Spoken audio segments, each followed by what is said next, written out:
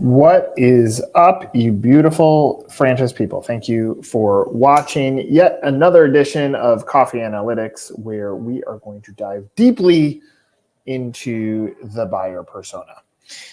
Just like any of our other episodes, feel free to use the chat. Should you choose to ask questions, I will make sure I answer them. And they don't have to be just about franchising. It could be general business. It could be life. You need life advice? I am here for you. Okay, so this month, as I always do, broken record, same type of opening, I wanted to find an insight or carry out a thought that I had about franchising. And so this time I've hyper-focused in, another buzz term that I use way too often, on the buyer persona. And so what drove me to at least start exploring who is this buyer out there? What information do they need? How do we place information about our franchise opportunity in front of them?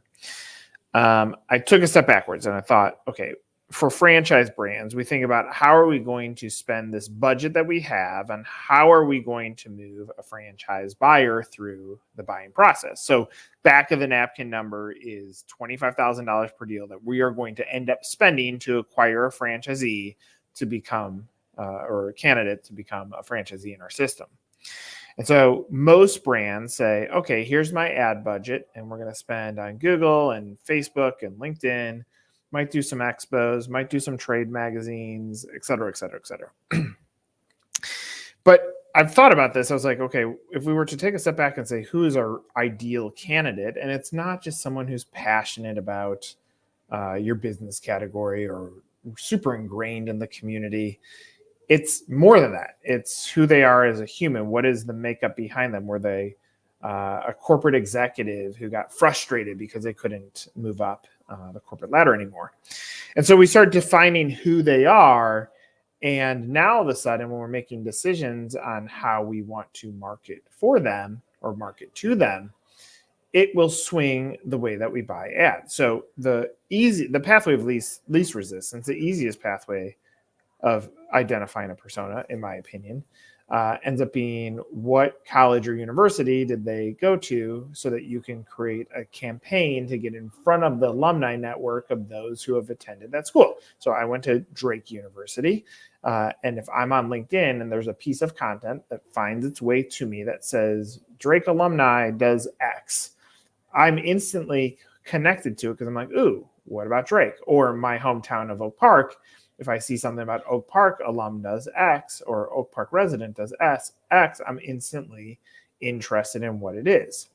And so when we're thinking about what is the wingman message to get in front of the right buyer, now we can take those persona insights and cross-apply it to the way that we're building campaigns or the way that we're buying ad campaigns. So very easy example, years ago when I started trying to figure out like what is this persona and what insights can we pull out of this. I was doing a campaign with Right at Home, and I started talking with all their franchisees, understanding what is the consistency of message or uniqueness among them that we could take as an insight and put to work. And so the two things that stood out for me were a traveler and a runner. And so I started talking to the franchisees and they're like, I like running marathons. I like running races. And so I started extracting that. And then the traveler was like, well, where do you capture information? Like if I need to get a piece of content in front of you, where would I find you? And many of them were saying, well, I travel a lot for business and I'm stuck there on an airplane. If you really want to get in front of me, buy an ad in the airline magazine. And so it wasn't just buy a franchise was the message, because buying a franchise, if we really think about that persona, a corporate executive on a plane, frustrated because they're away from their family. If the message is buy a franchise, it might be too broad stroke because, and I've said this many times, if we go back to the day before we were in franchising and said, explain it, none of us can do it. And so what's the message that would connect with them? And so what we did is we basically created a message of a franchisee. He's running a race and said, I can still do what I love in my personal time while operating a business that I own. And now all of a sudden we're taking the insight that a whole bunch of their franchisees were runners. We're going to put that message into Southwest Magazine. And we're going to now put that in front of people to educate them that, yes, this is a business you can own. And hey, you don't have to be stuck here on an airplane, being miserable in your corporate life. You can actually own your own business and still run races. And so I use that as an example because I think oftentimes we go straight to the tactics of advertising or PR or marketing without understanding who is our persona. And if we don't have a grip on who we're actually targeting, then the ad buy becomes a little bit more chaotic. And perhaps $25,000 is too much for the advertising of a cost per deal. But perhaps we've also allowed us as an industry to get there because we ask where are our leads, not where are our deals. We look at pay-per-click costs as if they're too high. Let's say it's $2 instead of $1. We're like, why is it $2 instead of $1? And so we focus in on the wrong indicators and we don't tighten up that budget. There's a brand that I have done a lot of work for. And I remember sitting in a meeting with them. I was like, all right, now you're paying, $100 per lead. I said, what if I told you I want to spend $200? And the CEO was like, you want to double up our cost per lead? I said, yes. And my expectation is now we'll actually get more applications because we're trying to spend more to get in front of the right person who might move through the funnel. And so we took that philosophy and they were closing a deal that year, 1 out of every 40 leads that were coming in versus industry standard of 1 out of 100. And so all we did is tighten it up and say, let's really hone in on who our persona is. So that's the opening general statement. Now, as I started working through this, and again, you can read my note, I said, who is your targeted candidate? Is your business set up to sell franchises or develop franchisees? Is your sales team incentivized to bring on the quality buyers? Those are questions that you're going to have to ask yourself to make sure that you are setting the right mindset. If the answers are financially qualified, scale-minded franchisees, then understanding the gaps in the sales process is essential to figuring out the right buyer persona. So I said, what if you go on a mission to build the frictionless franchise? So think of that, frictionless franchise. So from a business standpoint, what is frictionless? And let's keep this focus on the sales process. What would make a sales process frictionless? And so we think about this buyer persona. We did an ad in Southwest Magazine, the runner, they've landed on our website. Are we giving them the tools to buy the franchise? Are we giving them everything that we would want to know as a franchise buyer to buy the franchise? Are we telling them what franchising is, why you want to franchise with us, point of differentiation of our brand versus other, look at the strength of our culture, look at the cost to get in, how much I can make, and explaining what that actually means in layman's terms? Are we showing validation? Are we showing where we want to grow? And so we take that construct, and we've worked through this before, to make sure that we're giving them all of the materials, including perhaps a downloadable guide that says, here's how you can go from inquiry to owner, or how you know this brand could make sense for you. So you start taking some of these insights and you put it to work, and now you're building a frictionless buying process. Now we think about the form. I fill out that form. If I get texts and calls and, hey, when can we talk to you about buying a franchise? Is this right? I think part of the reason we dismiss these candidates is because we think that they are excited and ready to buy. Perhaps they're still in the educational stage. And so are we giving them a frictionless experience to say passively, let us know when you're ready. You don't have to schedule a call right now. We're here to answer your questions when you are ready. And so again, think of this as we're thinking we've nailed who our persona is, or we've started thinking about this. Let's make this frictionless. So to help guide the insight as this month, what I did is I looked back at feedback, but this time I focus on the turbulent feedback. The turbulent can be deeply valuable towards revising the ideal candidate profile. So here's some of the bumpy things that franchisees said over the last month. And again, I'm looking back through all of our surveying to come up with some sort of insight. So here's what we heard. We've been disappointed at how support drops off after opening, as well as some of the ways the franchisor fell short during the startup process. Training should have been better and longer. Okay, so that franchisor, we're disappointed in how the support drops out after opening. Okay, so we got to think about that. we are in the business of driving unit level economics, especially top line, because top line economics drops to our bottom line of royalty. And so here you have a franchisee saying it felt like it dropped off after our opening. We felt lost and then felt short on the startup processes, and training should have been better and longer. And so again, like when you start listening to what did that buyer need to have a frictionless buying experience, it's also an operational challenge that we need to fix internally. They could have prepared the franchisee better financially. How much to save, specific to the market, labor, breaking down more specifically. That would have helped. We just got a big general scope. Okay, so that's more details in the buying process. Financially, how much do you need? Now, this is a big one that a lot of brands have to make a conscious decision on. Do you want to change the way that you're addressing the investment into the business? In my opinion, the two things that need to be jacked up are the grand opening marketing and the operating capital. When I'm looking at operating capital, and this would help solve this, I'm looking at a 3-month replacement of salary if that candidate has left their job and come into this. So you make $120,000 a year, that's $10,000 a month. Operating capital for 3 months should be $30,000. And oftentimes, because we're trying to figure out how do we make this investment lower, we almost overlook the value of that number, because let's say that number was $1 million. I'm not saying that should be, but let's say that it was. And the total investment was $500,000 without the million. And so we're saying it's $1.5 million to get into this thing. Well, the reality is they're like, man, I got into this for $500,000. This was the greatest investment I ever made. I thought it was going to be $1.5 million. It puts another parameter on the qualifications. And this candidate or franchisee is saying, I wish I was set up better financially.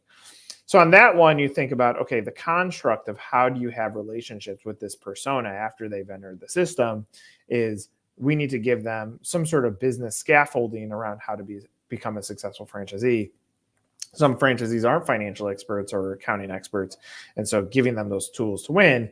Now, extracting, does that align to who your persona is? Again, this is the questions that you need to be asking.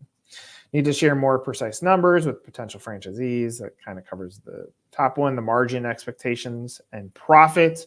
They aren't technically allowed to give you that, but that would have been helpful. It's less about the information, more about the potential viability of the service the franchise provides in the area. Again, who's your persona? If in that one, there's probably a little bit more of disclosure on how you onboard, but that could fit back into the opening insight. I was in IT, and there are a lot of systems involved here, and I had to dig quite a bit to find out what they all do. It felt overwhelming, so it could be useful to make it more clear. It'd be nice to have a one-pager. That's an operational thing that they needed excellence in. And so we have some financial gaps, we have some support gaps, and now we have some operational gaps that we're working through. I wish they'd given us all the info they had, but a lot of it is restricted. You want to know everything, but if they gave it all away before you signed, you wouldn't get any more after signing. They gave us enough to be comfortable, though. I wish they had been more transparent about the support system. They said there'd be a marketing team to support me, and never clarified that the team is one person. The support is an important part of franchising, so that's a big deal to me. Again, transparency and how are you actually supporting it? And again, like if I'm advising that franchisor, I'm like, invest in the support, because the more you support the franchisees and the more money they make on top line, the more money you make in royalty. You can usually find a way to recoup those expenses on more of a scaling model. Better layout of the budgeting and different vendors that you use. So those are some of the insights. And again, I start pulling those into structure. So really the bottom line ends up being support, training, and item 19. Like how are we telling those stories? So now we can look back at the selling buying process and look for opportunities for improvement that help settle these fears or relax some of that turbulence. However, before doing so, it's important to note that it isn't simply the responsibility of the franchisor to set the tone of the buyer persona. It's also the buyer who needs to make sure that the franchise aligns to their financial and personal goals and outcomes. Oftentimes, the franchisee is selling the franchisor on why them, why now, And sometimes they might be overselling themselves, because I've had plenty of conversations over the last few months where I'm like, franchisor, tell me about your bad franchisees. And like, oh my God, where do I begin? I'm like, okay, go back to the signing. Did you like them? Oh yeah, they were great. They told us everything we wanted to hear. So there is a two-way street here. I don't think this is all back on the franchisor. It's up to the franchise buyer to be very specific, so that the franchisee is looking at things that align.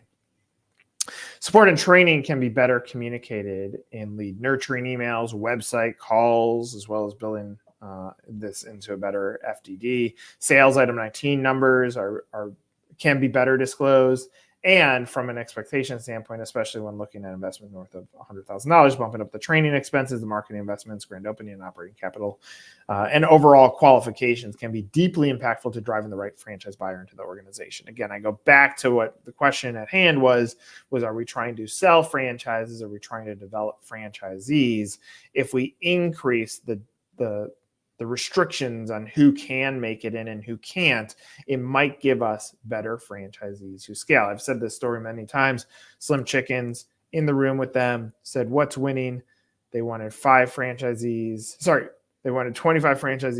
who each owned 5 units.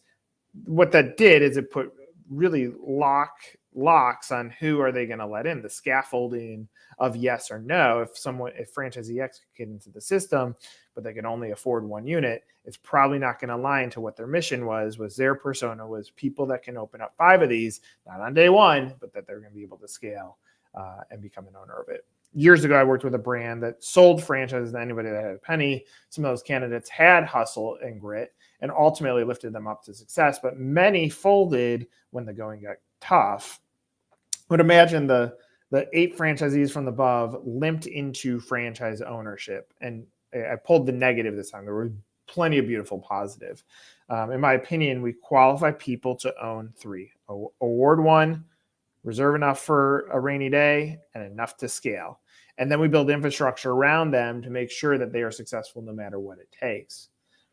The bestest franchise brands grow smart. The best franchise brands grow smart and in concentric circles to maximize the potential support marketing and thus unit level economics. Like, that's part of the challenge that an emerging brand goes through is they take the shotgun approach, and I might have a unit in Chicago and 1 in Florida, 1 in Texas, 1 in California.